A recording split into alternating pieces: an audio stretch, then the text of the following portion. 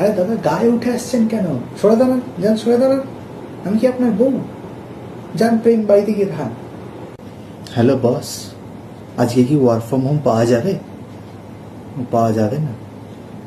ঠিক আছে, তাহলে রিজাইন করলাম।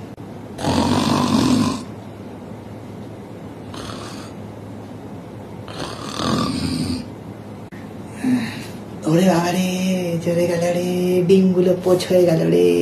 ওরে বাবা রে, চ ভাই চা খেয়ে আসি। আরে গরম তো কি হয়েছে, গরমে কিছু করবি না?